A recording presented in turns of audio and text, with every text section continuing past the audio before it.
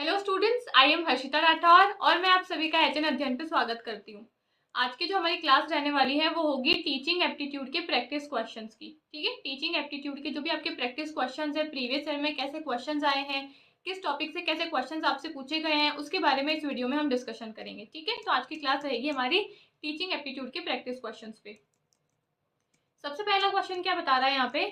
सबसे पहला क्वेश्चन जो है वो आपका मैच द फॉलोइंग का क्वेश्चन है। आपको दो सेट दिए हुए हैं, सेट 1 एंड सेट 2। आपको इनको मैच करना है।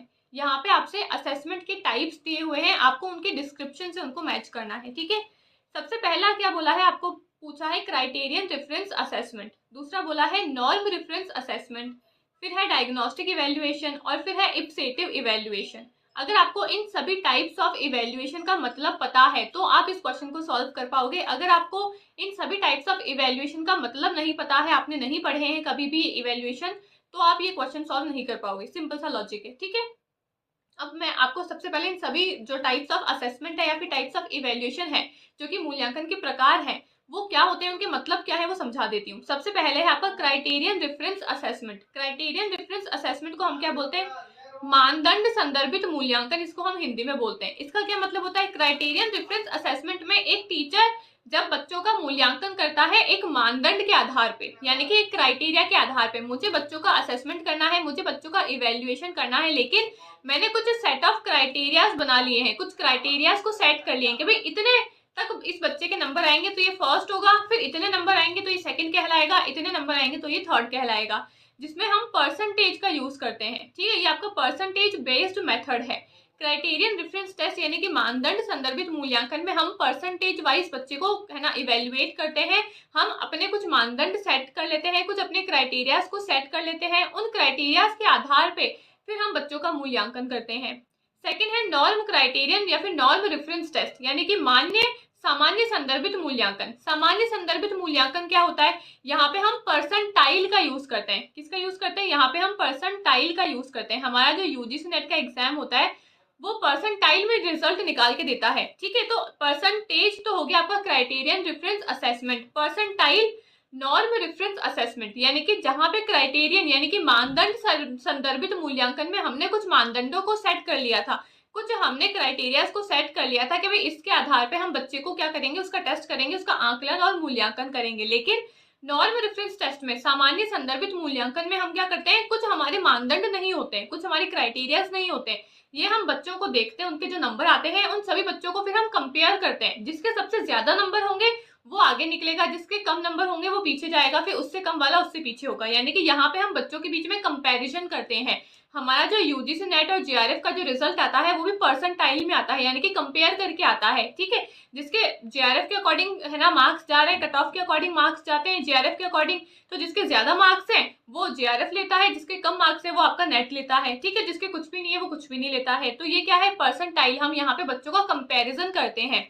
तो नॉर्म रेफरेंस टेस्ट में बच्चों का कंपैरिजन होता है सामान्य संदर्भित मूल्यांकन में, और मानदंड संदर्भित मूल्यांकन में हम कुछ मानदंडों को सेट करते हैं, कुछ हम क्राइटेरियाज को सेट करते हैं, उन क्राइटेरियाज के आधार पे बच्चों का मूल्यांकन होता है। ठीक है, एक है आपका नैदानिक मूल्यांकन यानी कि डायग्नोस्टिक इवेल्युएशन। डायग्नोस्टिक क्या है?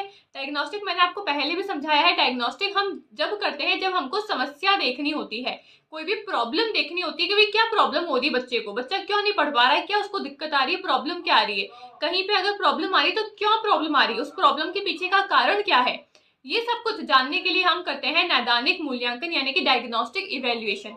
यहाँ पे मैं बच्चों को बहुत ही इजी एग्जांपल देकर समझाती हूँ। जैसे आप डॉक्टर के पास में जाते हो और आप बोलते हो कि मेरा पेट दुख रहा है तो मेरे को पेट दर्द की दवाई दे दो, लेकिन या फिर आपने बोला कि भाई मेरे को कुछ कुछ बीमारी है और आप मेरे को दवाई दे दो। ठीक है, अब डॉक्टर क्या बोलेगा? बोलेगा कि सबसे पहले आप जाओ, आप डायग्नोस करवा के आओ। डायग्नोस यानी कि वो आपकी बीमारी को पकड़ेगा फिर। ठीक है, डॉक्टर आपकी बीमारी को पकड़ेगा, बीमारी पता चलेगी तभी तो उसका इलाज करेंगे ना, भाई बीमारी पता चलेगी तभी तो उसका उपचार किया जाएगा। तो डायग्नोस्टिक हम बीमारी को पकड़ने के लिए करते हैं, हम प्रॉब्लम को जानने के लिए करते हैं कि प्रॉब्लम आखिर है क्या बच्चे के अंदर। ठीक है, बच्चा क्यों नहीं समझ पा रहा है, क्यों नहीं सीख पा रहा है, तो प्रॉब्लम को समझने के लिए हम डायग्नोस्टिक इवेल्युएशन करते हैं।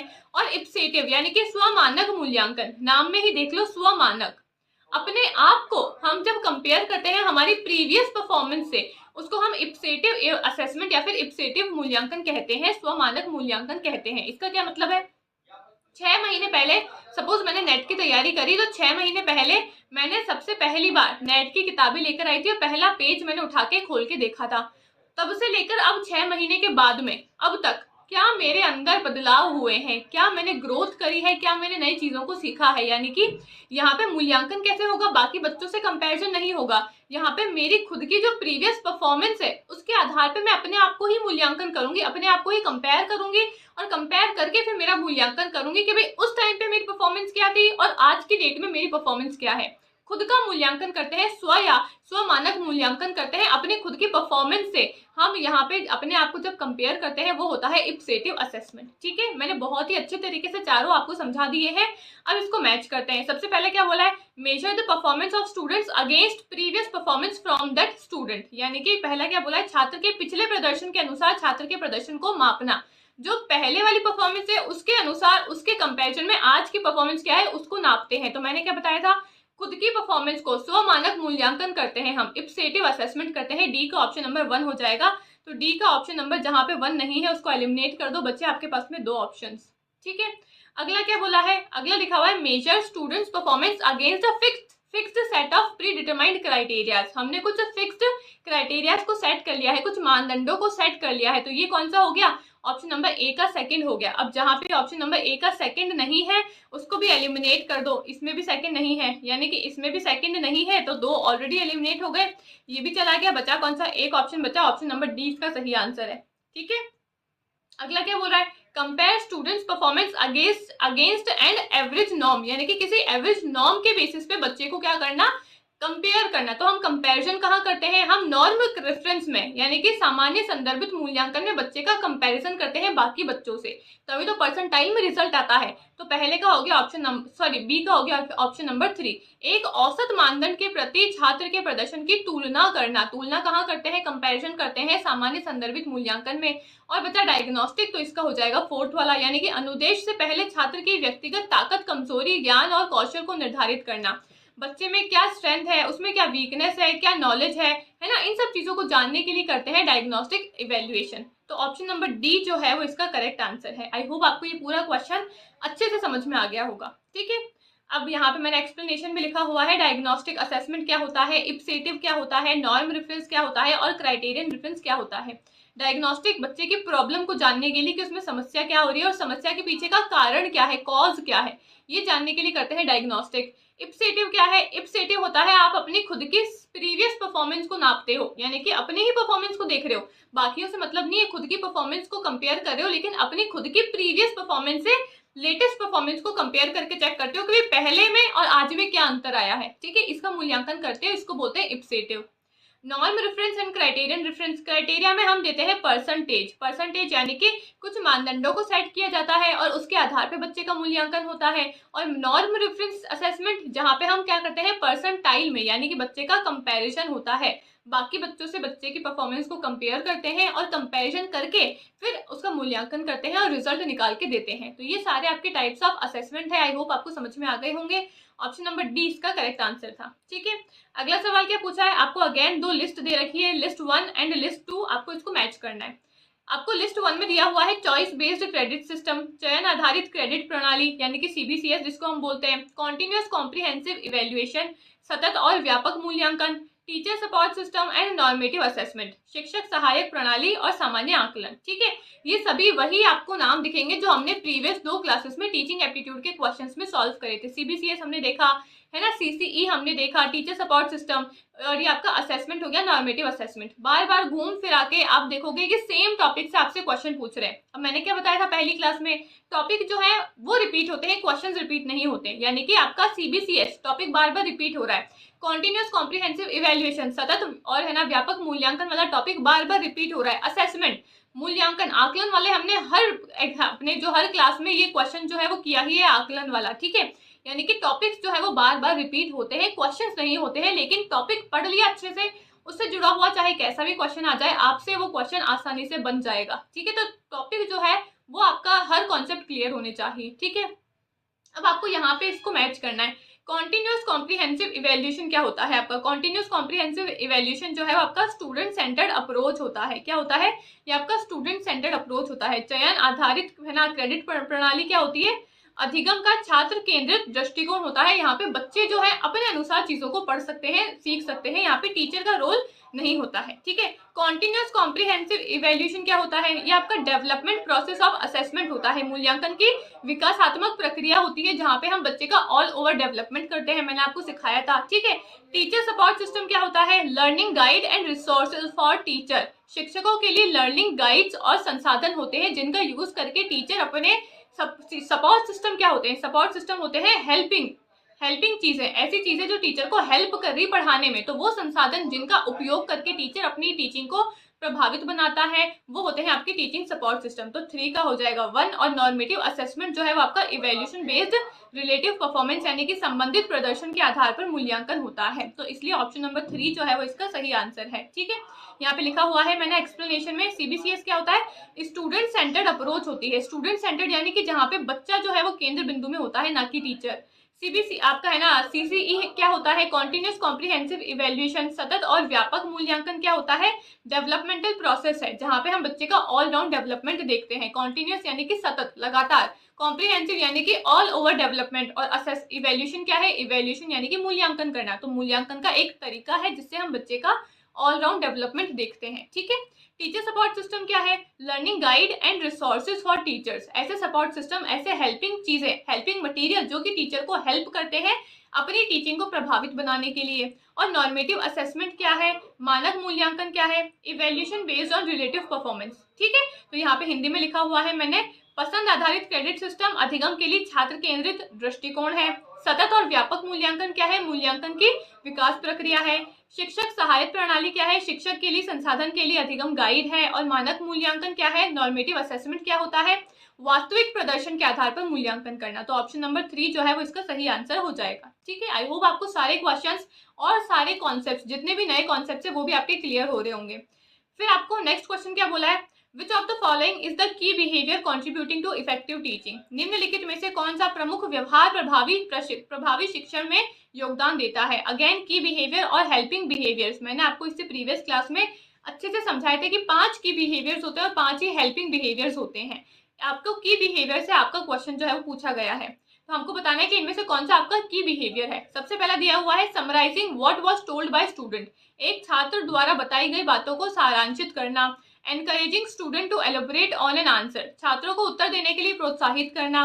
Using direct and indirect questioning, प्रत्यक्ष और अप्रत्यक्ष प्रश्न का उपयोग करना।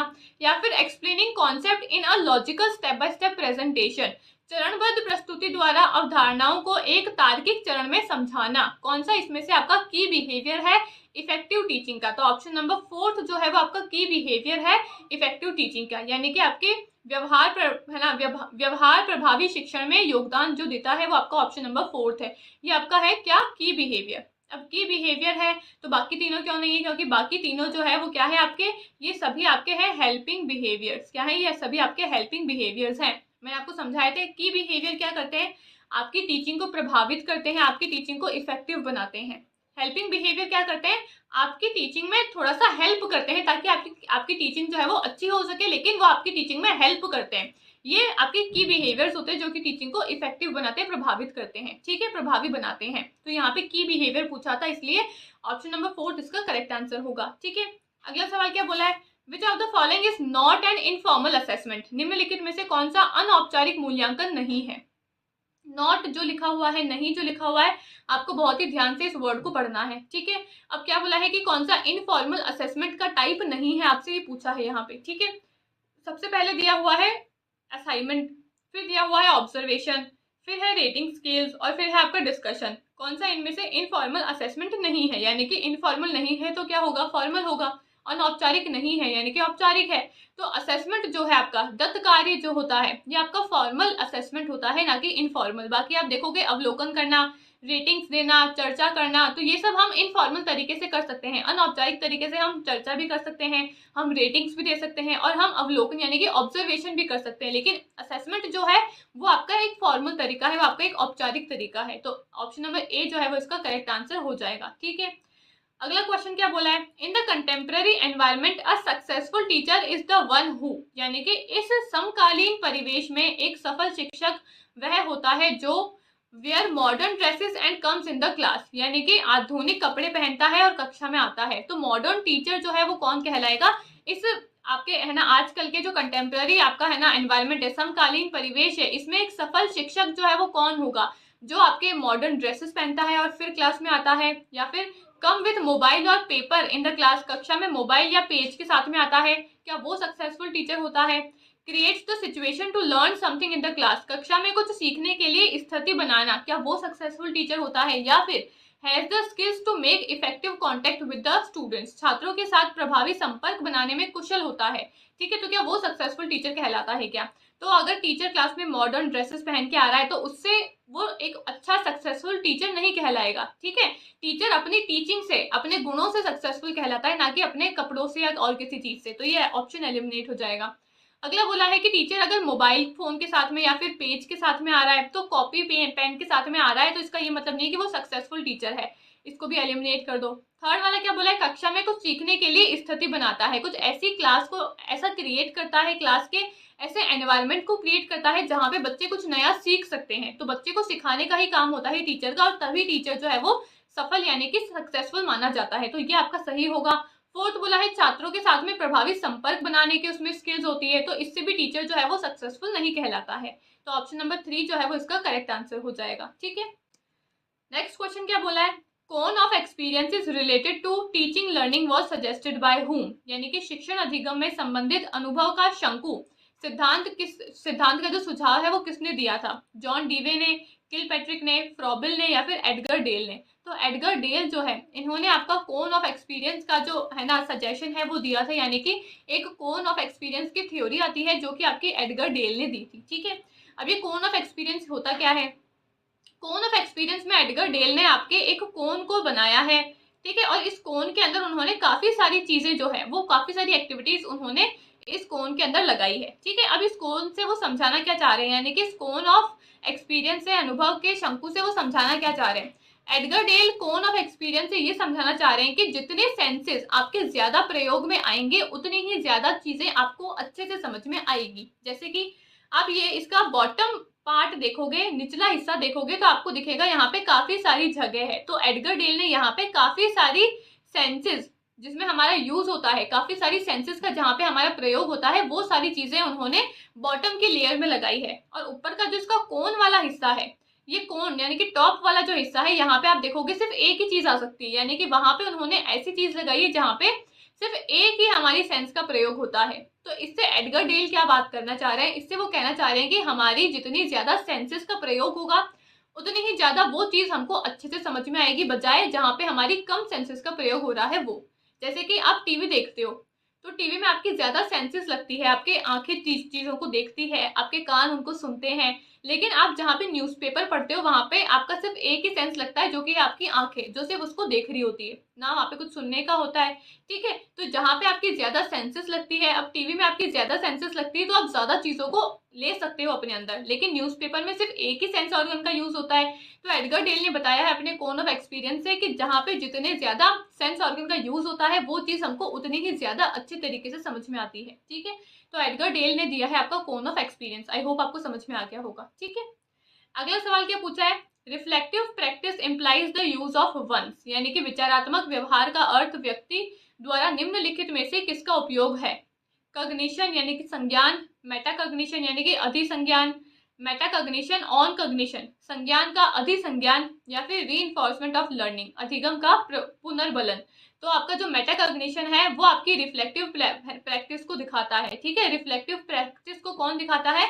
अधिसंज्ञान यानी कि मेटाकग्निशन। ठीक है, अगला सवाल क्या पूछा है? Which of the following teaching method are contributive to direct learning, निम्नलिखित में से कौन कौन सी शिक्षण पद्धतियां प्रत्यक्ष अधिगम के लिए उपयोगी होती है?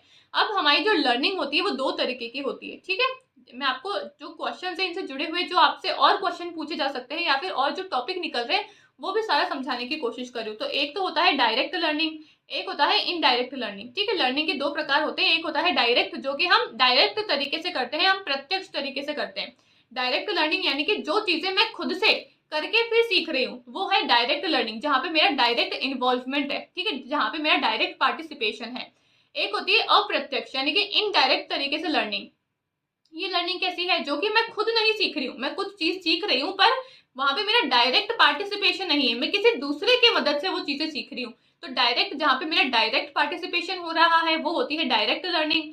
इनडायरेक्ट लर्निंग जहाँ पे मेरा अप्रत्यक्ष तरीके से पार्टिसिपेशन होता है, यानी कि जहाँ पे मैं डायरेक्ट तरीके से पार्टिसिपेट नहीं कर रही हूँ, कोई दूसरा इंसान मुझे वो चीज सिखा रहा है, वो होता है इनडायरेक्ट लर्निंग। अब डायरेक्ट लर्निंग जो है वो होती है आपकी लर्नर सेंटर्ड, क्योंकि जहाँ पे लर्नर का डायरेक्ट कनेक्शन बन रहा है, जहाँ पे लर्नर का डायरेक्टली पार्टिसिपेशन हो रहा है, वहां पे लर्नर अपने से यानी कि खुद से चीजों को करके सीखेगा, तो वो होता है आपका लर्नर सेंटर्ड। और इनडायरेक्ट जहाँ पे टीचर दूसरों की मदद से सीख रहा है, टीचर की मदद से सीख रहा है, गाइड की मदद से सीख रहा है, उसका इनडायरेक्ट पार्टिसिपेशन है। डायरेक्ट यानी कि उसका प्रत्यक्ष है ना पार्टिसिपेशन नहीं है, उसका अप्रत्यक्ष रूप से पार्टिसिपेशन है ना, अप्रत्यक्ष रूप से वो क्या कर रहा है, पार्टिसिपेट कर रहा है। तो यानी कि वो दूसरों की सहायता से सीख रहा है, वो यहाँ पे टीचर की मदद से सीख रहा है। तो ये क्या है, ये होती है आपकी टीचर सेंटर्ड लर्निंग। ठीक है, हमको बतानी है प्रत्यक्ष अधिगम में कौन कौन सी चीजें जो है, कौन कौन से टीचिंग मेथड्स जो है वो आपके उपयोगी होते हैं, यानी कि डायरेक्ट टीचिंग, डायरेक्ट लर्निंग के मेथड कौन से हैं वो आपको बताने हैं। सबसे पहले दिया हुआ है team teaching and lecture method, simulation and role playing, lecture with और without the use of audio video, participation in workshop and assignment, MOOCs and heuristic method, interactive presentation. इन 6 में से कोई भी 3 आपको चूज करने हैं। सबसे पहले बोला है टीम शिक्षण या फिर व्याख्यान देना, निरूपण और भूमिका निर्वहन, दृश्य श्रव्य के उपयोग के साथ या बिना व्याख्यान देना, कार्य है ना, कार्यशाला और दत्त कार्य में भागीदारी, मूक्स एवं अनुभाविक पहल या अंतक्रियात्मक प्रस्तुति यानी कि इंटरैक्टिव प्रेजेंटेशन। इनमें से कौन सा डायरेक्ट लर्निंग है? अभी मैंने आपको बताया डायरेक्ट लर्निंग क्या होती है। आपको अगर नहीं समझ में आ रहा है तो मैंने आपको कॉन्सेप्ट समझाया कि डायरेक्ट लर्निंग जहाँ पे बच्चे का डायरेक्ट पार्टिसिपेशन है, जो कि लर्नर सेंटर्ड है। लर्नर सेंटर्ड और टीचर सेंटर्ड तो हमको पता है ना, तो लर्नर सेंटर्ड कौन सा है इसमें से, यानी कि जहाँ पे केंद्र बिंदु आपका लर्नर है, वो कौन सा मेथड है इनमें से? टीम टीचिंग जहाँ पे टीचर केंद्र बिंदु होता है, साइमुलेशन रोल प्लेइंग जहाँ पे लर्नर सेंटर होता है, लेक्चर जहाँ पे टीचर लेक्चर दे रहा है, तो ये भी क्या है, टीचर सेंटर है, इसको भी एलिमिनेट कर दो। ठीक है, पार्टिसिपेशन हो रहा है बच्चे का, मूक्स और ह्यूरिस्टिक है, और साथ ही साथ इंटरैक्टिव प्रेजेंटेशन, तो प्रेजेंटेशन भी आपको टीचर खुद देके और फिर सिखाता है, तो ये भी आपका टीचर सेंटर्ड है। यानी कि ए ऑप्शन, सी ऑप्शन और एफ ऑप्शन को एलिमिनेट कर दो, ए ऑप्शन को, सी ऑप्शन को और एफ ऑप्शन को एलिमिनेट कर दो। बच्चे का एक ऑप्शन जिसका आंसर है बी, डी और ई, यानी कि ऑप्शन नंबर 1 इसका सही आंसर हो जाएगा। बी हो गया, डी हो गया और ई हो गया। ये होते हैं आपके लर्नर सेंटर्ड मेथड। तो अगर आपको वो परफेक्टली कॉन्सेप्ट नहीं पता है लेकिन उसके आसपास की कुछ चीजें भी पता है, तो भी आप उस क्वेश्चन को सॉल्व कर पाओगे। अगर आपको ऐसे समझ में नहीं आ रहा था कि डायरेक्ट लर्निंग कौन सी होगी, लेकिन क्योंकि आपको पता था कि डायरेक्ट लर्निंग जहाँ पे जो लर्नर है उसका डायरेक्ट पार्टिसिपेशन है, यानी कि वो लर्नर सेंटर्ड होगा, वो टीचर सेंटर्ड तो नहीं हो सकता है। तो जो टीचर सेंटर्ड है उसको एलिमिनेट करो, बचे हुए आपके आंसर हो जाएंगे। साइमुलेशन और रोल प्लेइंग, जहाँ पे बच्चा क्या करता है, अपनी भूमिका निर्वहन करता है, यानी कि भूमिका का निर्वहन करके चीजों को सीखता है, अलग अलग लोगों का रोल प्ले करके, अलग अलग लोगों का कैरेक्टर को वो प्ले करता है और फिर चीजों को सीखता है। वो बच्चा जो है वो खुद के अकॉर्डिंग करता है, वो लर्नर सेंटर्ड मेथड है। पार्टिसिपेट करना वर्कशॉप में या फिर असाइनमेंट करना, ये सारे काम बच्चा खुद से करता है, तो ये भी आपका लर्नर सेंटर्ड होता है, इसलिए ये भी आपका डायरेक्ट लर्निंग है। और मूक्स और ह्यूरिस्टिक मेथड, जहाँ पे बच्चा क्या करता है, अनुभाविक पहल है, जहाँ पे बच्चा अपने अनुभव के आधार पे चीजों को सीखता है, तो ये भी आपका लर्नर सेंटर्ड है, जो कि आपका direct method of teaching, direct method of learning होता है। तो बी, डी और ई, यानी कि ऑप्शन नंबर 1 इसका करेक्ट आंसर है। ठीक है, अगला क्वेश्चन क्या बोला है, below is given a list of teaching method and approaches which among them are individualised approaches. नीचे शिक्षण विधियों और दृष्टिकोण की एक सूची दी गई है, उनमें से कौन सा व्यक्तिगत दृष्टिकोण है वो आपको बताना है। इंडिविजुअलाइज्ड अप्रोच कौन सी है वो आपको बतानी है। डेमोन्स्ट्रेटिव मेथड हो गया, मॉड्यूलर अप्रोच हो गया, प्रोग्राम्ड लर्निंग हो गया, पर्सनलाइज्ड लर्निंग, पर्सनलाइज्ड टीचिंग हो गया, या फिर कोलैबोरेटिव मेथड हो गया। प्रदर्शन विधि, मॉड्यूलर दृष्टिकोण आधारित शिक्षण, योजनाबद्ध अधिगम, निजीकरण शिक्षण या फिर सहयोगात्मक विधि, कौन सा आपका इनमें से इंडिविजुअलाइज्ड अप्रोच है। तो जो आपका मॉड्यूलर अप्रोच होता है, जो आपका प्रोग्राम्ड लर्निंग होता है और जो आपका पर्सनलाइज्ड टीचिंग है, ये सभी इंडिविजुअलाइज्ड अप्रोच है, यानी कि व्यक्तिगत दृष्टिकोण है। व्यक्तिगत दृष्टिकोण होता क्या है, जहाँ पे हम हर एक व्यक्ति के आधार पे चीजों को लेते हैं। व्यक्तिगत है यानी कि जहाँ पे कोई सामान्य बात नहीं हो रही है, हर एक व्यक्ति के अनुसार चीजों को लिया जा रहा है। अब जहाँ पे हम टीचिंग मेथड की बात करेंगे, यानी कि ऐसा तरीका पढ़ाने का जहाँ पे हम हर एक व्यक्ति के आधार पे, हर एक व्यक्ति के अनुसार बच्चे को पढ़ाएंगे वो होता है पर्सनलाइज्ड इंडिविजुअलाइज्ड अप्रोच, या फिर उसको आप इंडिविजुअलाइज्ड अप्रोच भी बोल सकते हो, जिसका नाम है व्यक्तिगत दृष्टिकोण, जहाँ पे हर एक व्यक्ति हर एक बच्चे के अनुसार टीचर जो है वो पढ़ाता है। तो उसमें आता है आपका मॉड्यूलर अप्रोच, आपका पर्सनलाइज्ड टीचिंग और आपका प्रोग्राम्ड लर्निंग। कोलैबोरेटिव क्या है, जहाँ पे ग्रुप होता है, एक हम क्या करते हैं सहयोग के माध्यम से चीजों को सीखते हैं। यहाँ पे हर एक इंडिविजुअल की बात नहीं हो रही है, यहाँ पे ग्रुप की बात हो रही है, तो ये आपका एलिमिनेट हो जाएगा। डेमोन्स्ट्रेशन प्रदर्शन विधि क्या होती है, प्रदर्शन विधि तो टीचर सेंटर्ड होता है, जहाँ पे टीचर जो है वो अपने अनुसार बच्चों को डेमो देके और फिर चीजें करवाता है। ठीक है, तो ये आपका टीचर सेंटर्ड हो गया, तो ये भी आपका नहीं होगा। बच्चे कौन से, option number second, third and fourth, यानी कि ऑप्शन नंबर सेकंड जो है वो इसका करेक्ट आंसर है। ठीक है, इंडिविजुअलाइज्ड लर्निंग होती क्या है, इंडिविजुअलाइज्ड यानी कि व्यक्तिगत दृष्टिकोण होता क्या है, जो कि हम टीचिंग करते हैं हर एक व्यक्ति के अनुसार, हर एक बच्चे के अकॉर्डिंग, उसको हम बोलते हैं इंडिविजुअलाइज्ड अप्रोच। तो इसलिए ऑप्शन नंबर सेकंड इसका सही आंसर है। ठीक है, अगला सवाल क्या बोला है, compositional skills and creativity in presentation of student can be most effectively evaluated by which of the following test? निम्न प्रशिक्षण में से किसके द्वारा छात्रों की प्रस्तुति में रचना कौशल और रचनात्मकता का सबसे प्रभावी रूप से मूल्यांकन किया जा सकता है? ऑब्जेक्टिव टाइप क्वेश्चन, ऐसे टाइप टेस्ट, शॉर्ट आंसर या फिर प्रोजेक्टिव टेस्ट? वस्तुनिष्ठ प्रकार परीक्षण, निबंध प्रकार परीक्षण, लघु उत्तर परीक्षण या फिर प्रक्षेपी परीक्षण, यानी कि प्रोजेक्टिव टाइप्स। तो इनमें से कौन सा जो है जहाँ पे हम बच्चे की ज्यादा से ज्यादा क्रिएटिविटी को देख सकते हैं, जहाँ पे हम बच्चे की ज्यादा से ज्यादा कौशल और उसकी रचनात्मकता को देख सकते हैं, वो कौन सा टाइप ऑफ टेस्ट होता है, वो होता है आपका निबंध प्रकार परीक्षण, यानी कि ऐसे टाइप क्वेश्चंस। ऑब्जेक्टिव क्या होते हैं, जो कि हमारे यूजीसी नेट के एग्जाम में आते हैं, ऑब्जेक्टिव टाइप के क्वेश्चंस, एमसीक्यू जिसको हम बोलते हैं। 4 ऑप्शन होंगे, उन चारों ऑप्शन में से ही हमको हमारा आंसर जो है वो चूज करना होता है, हम हमारी क्रिएटिविटी वहां पे नहीं दिखा सकते हैं। शॉर्ट आंसर क्या होंगे, आपको कुछ सवाल दिया होगा, आपको बोलेंगे कि 2 लाइनों के अंदर आपको इस सवाल का आंसर देना है, तो आप वहां पे भी अपनी जो रचनात्मकता है, जो क्रिएटिविटी है, वो नहीं दिखा पाओगे, क्योंकि आपको वहां पे भी 2 लाइन के अंदर ही उसका आंसर देना पड़ेगा। और प्रोजेक्टिव टाइप में भी आप अपनी क्रिएटिविटी को नहीं दिखा पाओगे। लेकिन लॉन्ग क्वेश्चंस क्या होते हैं, निबंधात्मक जो सवाल होते थे हमारे, वो क्या होते हैं, जहाँ पे हमको एक टॉपिक के बारे में पूरा निबंध लिखना होता है। अब उस निबंध में हम किस तरीके से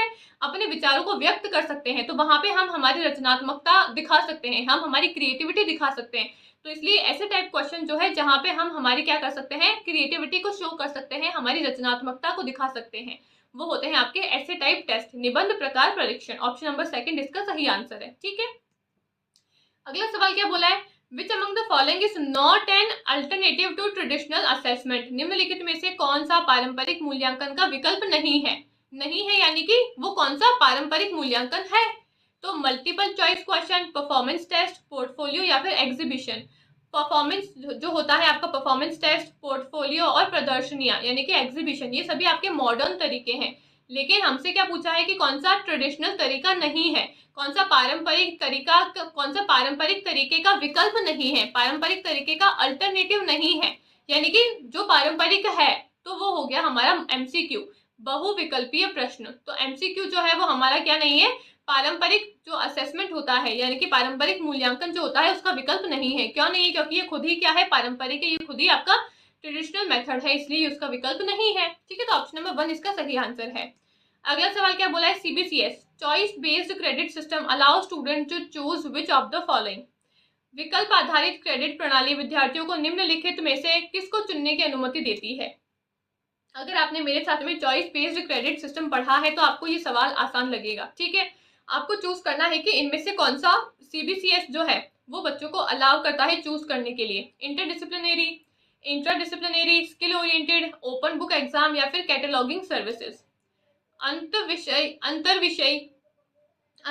अंततः विधि, कौशल उन्मुख पेपर या फिर मुक्त पुस्तक परीक्षा या फिर रुचिकरण सेवाएं। कौन सा इनमें से चॉइस बेस्ड क्रेडिट सिस्टम है जो कि बच्चों को अलाउ करता है चीजें चूज करने के लिए? तो ओपन बुक एग्जामिनेशन नहीं होता है, ना ही कैटलॉगिंग सर्विसेज होता है।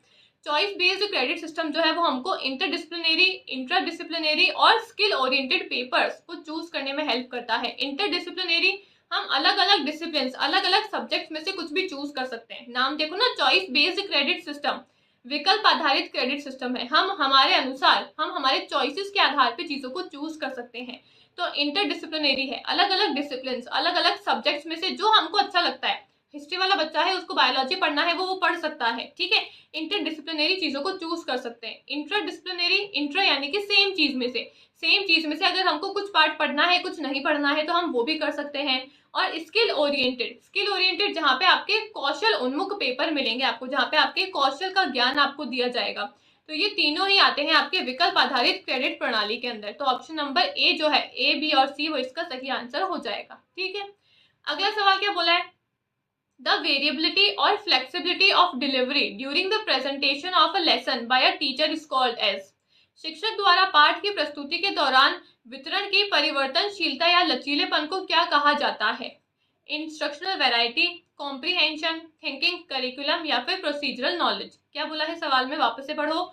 वेरिएबिलिटी और flexibility of delivery during the presentation of a lecture by a teacher, यानी कि टीचर क्या कर रहा है, कोई भी अगर लेक्चर दे रहा है, कुछ भी पढ़ा रहा है बच्चे को, तो उसमें वो क्या कर रहा है, वेरिएबिलिटी और फ्लेक्सिबिलिटी का यूज कर रहा है। शिक्षक द्वारा पाठ की प्रस्तुति देने के दौरान वितरण की परिवर्तनशीलता या लचीलेपन को क्या कह सकते हैं? टीचर जो है वो क्या कर रहा है, पाठ की प्रस्तुति दे रहा है, पाठ को बच्चों के सामने प्रेजेंट कर रहा है, तो उसमें वो परिवर्तनशीलता और लचीलेपन का यूज कर रहा है। तो इनमें से कौन सा हम उस विधि को बोल सकते हैं जहाँ पे टीचर परिवर्तनशीलता और लचीलेपन का उपयोग करता है? कॉम्प्रीहेंशन यानी कि आपका सबसे पहला है निर्देशात्मक किस्म, या फिर समझ, सोच पाठ्यक्रम, या फिर प्रक्रियात्मक ज्ञान। तो ये होता है आपका निर्देशात्मक वैरायटीज यानी कि इंस्ट्रक्शनल वैरायटीज, जहाँ पे हम इंस्ट्रक्शनल वैरायटीज क्या होते हैं, जब टीचर बच्चे को क्लास में इंस्ट्रक्शंस देता है, निर्देश देता है, लेकिन वैरायटी यानी कि अलग अलग चीजों का यूज करके, वैरायटी ऑफ चीजों का यूज करके जब टीचर क्लास में बच्चे को इंस्ट्रक्शंस प्रोवाइड करता है, उसको हम कहते हैं इंस्ट्रक्शनल वैरायटीज।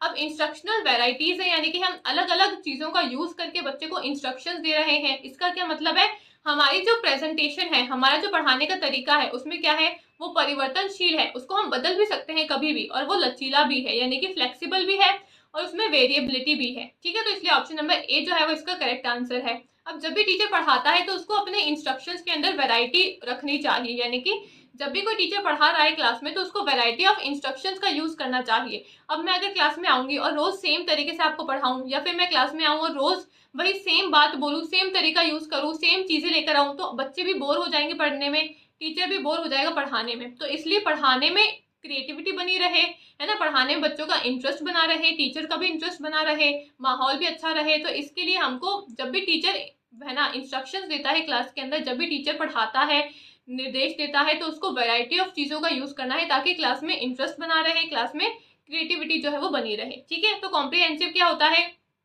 कॉम्प्रिहेंशन का मतलब होता है समझ, चीजों को समझना।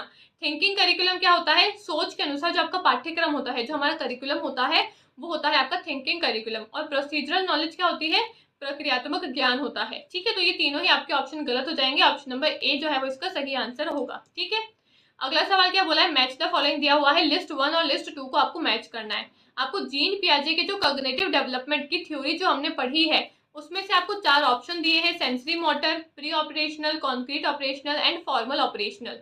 इनको इनके अप्रोप्रिएट एज से मैच करना है कि कौन सी स्टेज में कौन सी एज आती है, ठीक है। सूची 1 और सूची 2 दे रखी है, आपको पियाजे के संज्ञानात्मक विकास के चरण दे रखे हैं, उनको आपको अनुमानित आयु के साथ में मैच करना है। सबसे पहला है सेंसरी मोटर, फिर है आपका प्री ऑपरेशनल, फिर है आपका कॉन्क्रीट ऑपरेशनल, और फिर है आपका औपचारिक ऑपरेशनल, यानी कि फिर है आपका फॉर्मल ऑपरेशनल, ठीक है। तो सेंसरी मोटर कौन सा होता है, सेंसरी मोटर होता है आपका सबसे पहला स्टेज, जहाँ पे बच्चे की एज जो है वो 0 से 2 साल तक की होती है। प्री ऑपरेशनल क्या होता है, प्री ऑपरेशनल होता है जहाँ पे बच्चे की एज जो है वो क्या होती है, प्री ऑपरेशनल होता है जहाँ पे बच्चे की एज जो है being about the time the child start, यानी कि जब उसका चाइल्ड जो है, जब उसका चाइल्डहुड जो है वो शुरू हो जाता है, तब आता है आपका प्री ऑपरेशनल स्टेज, ठीक है। कॉन्क्रीट ऑपरेशनल क्या होता है, being about the first grade too early adolescent and around 11 years, 11 साल तक जो बच्चा होता है वो आपके कॉन्क्रीट ऑपरेशनल में होता है। एंड अडोलसेंट टू अडल्टहुड, जब बच्चा अडल्ट बन जाता है, यानी कि 11 साल से अबव का जब बच्चा हो जाता है, तो वो आता है उसका फॉर्मल ऑपरेशनल स्टेज में, ठीक है। ये बात चारों ही चरण को हम अच्छे से पढ़ लेते हैं। जीन पियाजे ने कॉग्निटिव डेवलपमेंट की थ्योरी दी है। कॉग्निटिव क्या होता है, संज्ञानात्मक विकास किस तरीके से बच्चे का हो सकता है, उसके बारे में बताया है कि भाई हम बच्चे का जो कॉग्निटिव डेवलपमेंट है, उसके ब्रेन का जो विकास होता है वो किन किन चरणों के अंदर होता है। सबसे पहले आता है सेंसरी मोटर, फिर आता है प्री ऑपरेशनल, फिर आता है कॉन्क्रीट ऑपरेशनल, और फिर आता है आपका फॉर्मल ऑपरेशनल, ठीक है।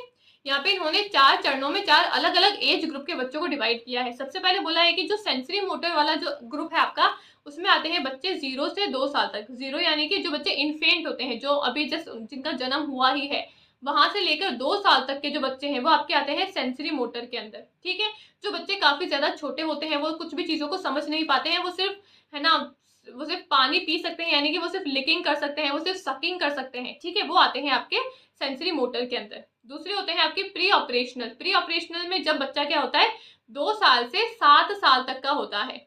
जब बच्चा 2 साल से 7 साल तक का हो जाता है, ठीक है, वो आते हैं आपके प्री ऑपरेशनल में। प्री ऑपरेशनल, अब बच्चा थोड़ा सा बड़ा हो गया है, ठीक है, लेकिन बड़ा सिर्फ 7 साल का ही है, बहुत बड़ा नहीं हुआ है, तो वो क्या कर सकता है, सिर्फ वो इशारे कर सकता है, वो बोल सकता है, वो चल सकता है, उससे ज्यादा उसके दिमाग का विकास अभी भी नहीं हुआ है। ठीक है, थर्ड आता है कॉन्क्रीट ऑपरेशनल, जहाँ पे बच्चा 7 साल से लेकर 11 साल तक का हो जाता है।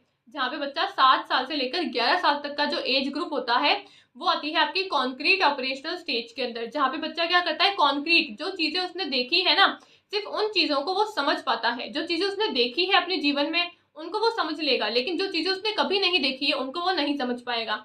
एक होता है फॉर्मल ऑपरेशनल, 11 और 11 से अबव का जो एज ग्रुप होता है, 11 और 11 से अबव का जो एज ग्रुप होता है, वो आता है आपका फॉर्मल ऑपरेशनल में। यानी कि जब बच्चा जो है वो 11 साल से बड़ा हो चुका है, अब उसके दिमाग का विकास जो है वो धीरे धीरे होना शुरू हो गया है, और अब उसके धीरे धीरे दिमाग का विकास जो है वो हो रहा है, तो वो होता है आपका फॉर्मल ऑपरेशनल के अंदर। तो ये चारों चरण दिए हैं जीन पियाजे ने कॉग्निटिव डेवलपमेंट के अंदर। सेंसरी मोटर आपका है ना, प्री ऑपरेशनल, कॉन्क्रीट ऑपरेशनल और फॉर्मल ऑपरेशनल। तो इसलिए ऑप्शन नंबर डी जो है वो इसका सही आंसर हो जाएगा। ठीक है, यहाँ पे हिंदी में दिया हुआ है, एक ऑप्शन नंबर 3 है, यानी कि आपका सेंसरी मोटर क्या होता है, जहाँ पे बच्चे की आयु क्या होती है, 0 से 2 वर्ष की होती है। फिर प्री ऑपरेशनल क्या होता है, जहाँ पे लगभग बच्चे की आयु क्या होती है, 7 साल की उम्र से शुरू हो जाती है, 7 से 11 साल, मैंने आपको बताया था। ठीक है, फिर आता है आपका सी। सी क्या है, कॉन्क्रीट ऑपरेशनल। कॉन्क्रीट परिचालन क्या है, कॉन्क्रीट परिचालन है जब पहली कक्षा के बारे में जल्दी शुरू होता है, किशोरी लगभग 11 वर्ष के हो जाते हैं, यानी कि जब बच्चे जो है वो 11 साल तक के हो जाते हैं। यहाँ पे है 7 से 11, ठीक है, याद रखना एज आपको लर्न होनी चाहिए। ये 7 से 11 आते हैं आपके प्री ऑपरेशनल में, कॉन्क्रीट ऑपरेशनल में आते हैं आपके 11 साल तक, ठीक है, सॉरी 7 साल तक आते हैं यहाँ पे, और 7 से फिर 11 तक आते हैं आपके यहाँ पे। ठीक है, 7 से 11 तक आते हैं आपके कॉन्क्रीट ऑपरेशनल में। और फिर औपचारिक यानी कि फॉर्मल ऑपरेशनल में क्या आते हैं, किशोरावस्था से वयस्क तक, यानी कि अडल्ट जब बच्चा हो जाता है 11 साल से बड़ा, तो वो आते हैं आपके फॉर्मल ऑपरेशनल में। तो ये चारों चरण आपको पता होने चाहिए, sensory motor, pre operational, concrete operational और फॉर्मल ऑपरेशनल। इनकी स्टेज क्या है, इनकी है ना आयु क्या दे रखी है, 0 से 2, 2 से 7, 7 से 11 और 11 से अबव।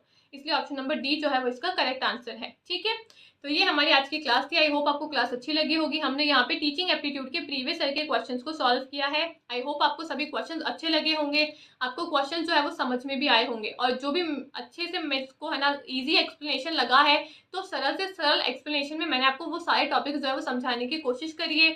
अगर आपको ये टॉपिक्स आते थे तो आपका रिविजन हो गया होगा, अगर आपको ये टॉपिक्स नहीं आते थे तो जो टॉपिक्स आपने पहली बार पढ़ा है उसको अपने नोट्स के अंदर एड ऑन कर लेना। ठीक है, क्योंकि ऐसे क्वेश्चन एक बार टॉपिक रिपीट हो गया तो बार बार टॉपिक जो है वो रिपीट होता है। ठीक है, सवाल रिपीट नहीं होते हैं लेकिन टॉपिक रिपीट होते हैं। तो ये हमारी आज की क्लास थी। आई होप आपको क्लास अच्छी लगी होगी। Thank you.